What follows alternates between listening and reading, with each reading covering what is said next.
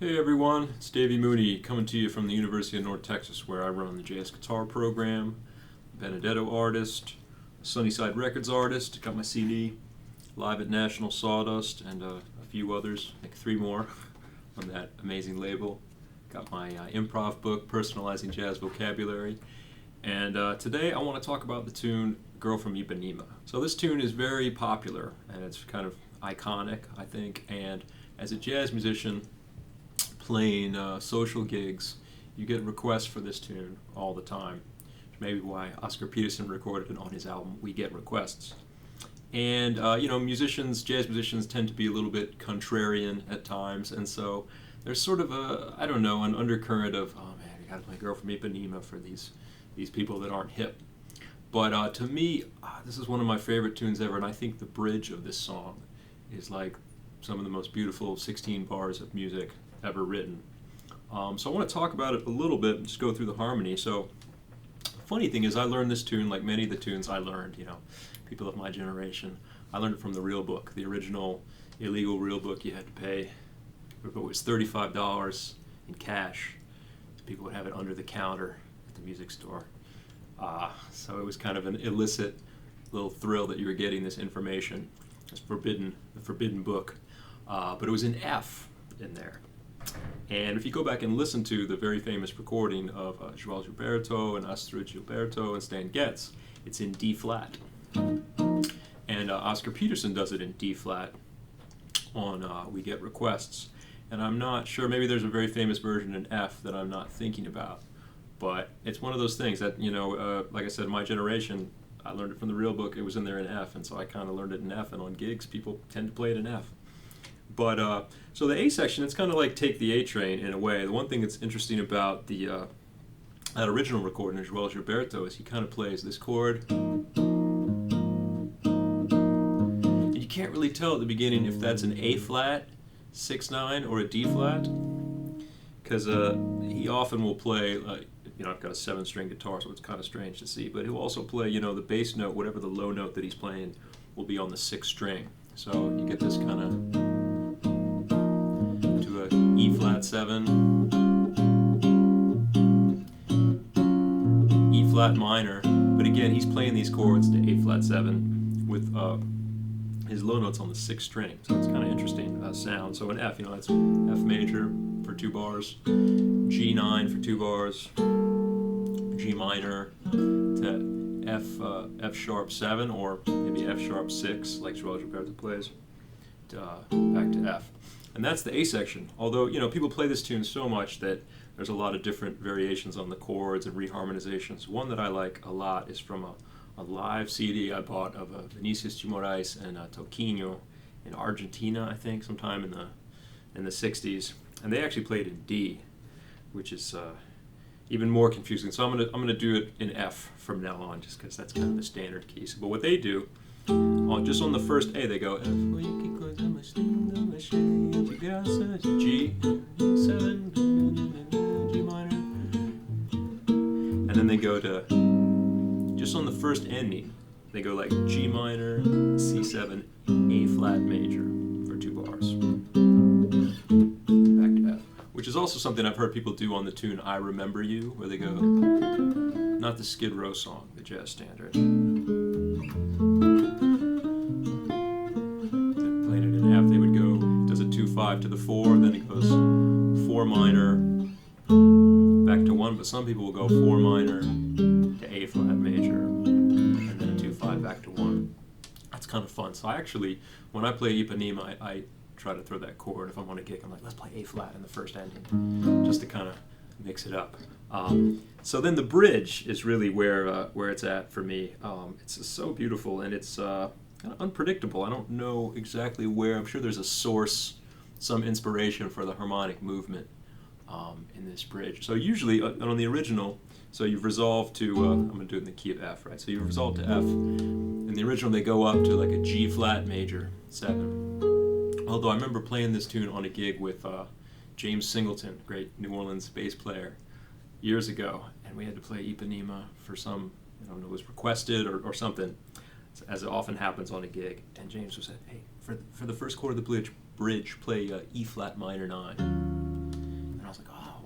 he was like, well then, as we shall see, there's a symmetry to the harmonic movement. But let's talk about the original for a second. So G flat major, you go up a half step, and you have this down to B7, then G flat minor.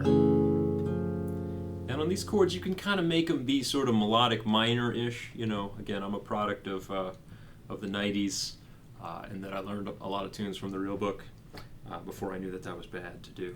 And also, you know, melodic minor harmony, y'all. I still like the sound of it. So, you know, you could go like, maybe you wouldn't do that on the first chord, but that sound can definitely have.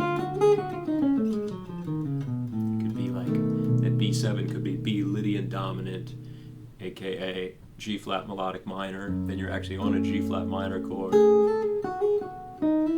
Then to a D7, which is kind of interesting. Which you could also probably make melodic minor and make D Lydian dominant, so A flat melodic minor. Then G minor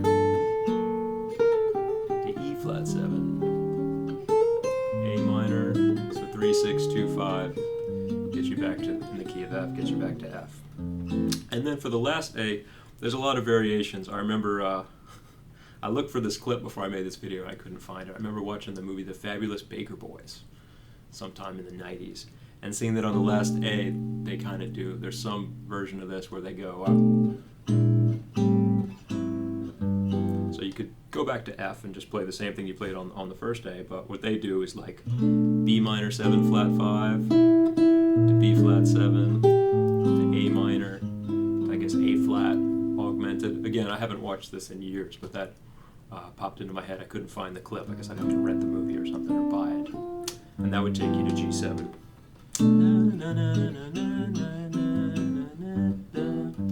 But I also like, what I like to do sometimes is for the last A section, I don't know where I got this from, but play D minor, just for 2 bars, to G7. So just the relative minor of F, and then go to G7. Oh, but I realized I sort of forgot talking about that E flat minor in the bridge. I think the reason James asked me to do that is, so instead of G flat to B7 to G flat minor to D7, the first chord is E flat minor. It's like a minor chord going down a major third to B7. Then the next thing is a minor chord, G flat minor, going down a major third to D7. Another minor chord going down a major third to E flat 7. So you have a little bit of symmetry, even though, you know, like I said, it's kind of mysterious to me. I mean, that particular progression, I guess, I think that's kind of a Wagnerian thing. Like, I've used it a lot. I think I've used it a lot getting it from Tom Jobim, because he uses that also in Gene G, the song where he goes. But in that case, it's that major third descent, but it's not a minor to a dominant. So I don't know, it's just really beautiful to me, that bridge. So then, you know, that last part, I'll play D minor sometimes to G7, and the 2-5 to F. And so I guess another thing worth mentioning on this tune is a little bit about how I've come to the way I think about trying to play a bossa-nova rhythm on guitar. And it's one of those things, you know, I'm not from Brazil, but, you know, I have a lot of connections to Brazil. My wife's from there, and I go there a lot. Although when I go to Brazil, I play like modern jazz there. I never go there and play. Very rarely do I play much samba or bossa nova. So I don't have a pedigree, so to speak, although this style of guitar is so much a part of jazz. Interesting to think about at least Joao Gilberto and some things that he does. And I mean, he's a really amazing musician. His sense of rhythm and the way that he synthesized and interpreted, I guess, a lot of different styles onto the guitar that weren't necessarily all contained on the guitar, elements from larger ensembles and percussion instruments. And I won't get into it because I don't feel qualified to expound upon the history of where bossa nova guitar comes from. But I do know this, that at the beginning of Girl From Ipanema, he goes like, just that.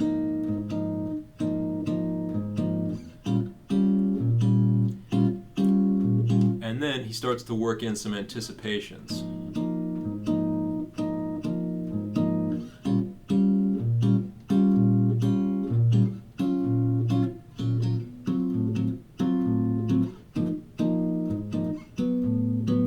not an exact transcription of what he does, but there's a video that maybe I'll put in the comments section or somewhere where you're watching this video of mine, where you can find it. There's a video YouTube of him playing Desafinado in a live concert, which is really great. I show it to all my students just to show kind of the basics of what he does. One thing is the bass is never syncopated.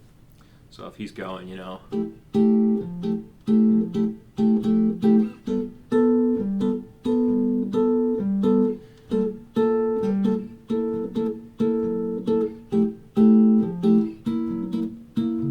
right, the chords are syncopated, but the bass is always on 1, 3, 1, 3. Or I guess if you're thinking of the music in 2/4, like a lot of sambas are, it's like the bass is on 2, or I'm sorry, it's on 1. You know, 1, 2. I guess 1 and 2. You know, it's not syncopated. Is what I mean. I can't think in 2/4. You know, it's hard for me to think in 2/4. All jazz is in, you know, is in 4, or is it in 1? I don't know. Anyway, but so that video of Desafinado is great, so you can see what he's doing. But I think what in trying to teach this to people, I kind of show them this basic pattern, you know.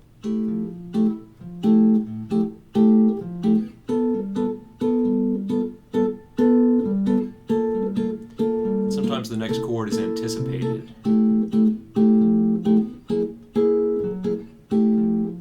You'll get to the chord before you get to the bass note. Like right here. And he doesn't really change the bass either, you know. Joao Gilberto, he just plays usually a note on the 6th string, you know.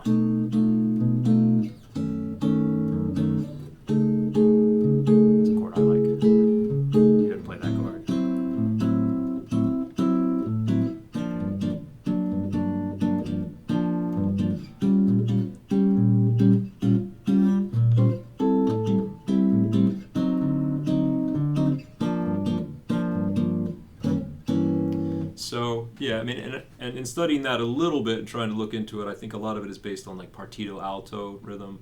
But again, I just kind of got this from copying Joao Gilberto, listening to like Chico Buarque records, the guitar, and just trying to find a sort of a recurring rhythm that a simplified rhythm that I could teach to my students. But you know, it's kind of about same way you learn jazz. You know, you listen and you try to extrapolate from what someone does on one tune in one place, and it kind of snowballs from there. And at this point, I feel, you know, I've done a lot of gigs playing sort of bossa-nova guitar, so I guess it's not too offensive to people. But anyway, I'm going to play some choruses on the harmony of Girl From Ipanema, although I'm going to I have this track that I put in 7, because in my improv class this semester we play this song, but it's in what we call our secondary repertoire. So we have our hard jazz tunes. It's our primary repertoire, like, I guess, what do you call it? 26-2, we did Countdown this semester, stuff like that. Wayne Shorter tunes, Thelonious Monk tunes. And then we take some standards and we mess with the key, we mess with the chords, we mess with the meter, stuff like that, and we investigate different versions. So this one, it'll be in F, but it's going to be in 7. And I'll play a few choruses. I hope you enjoy it. All right, thanks.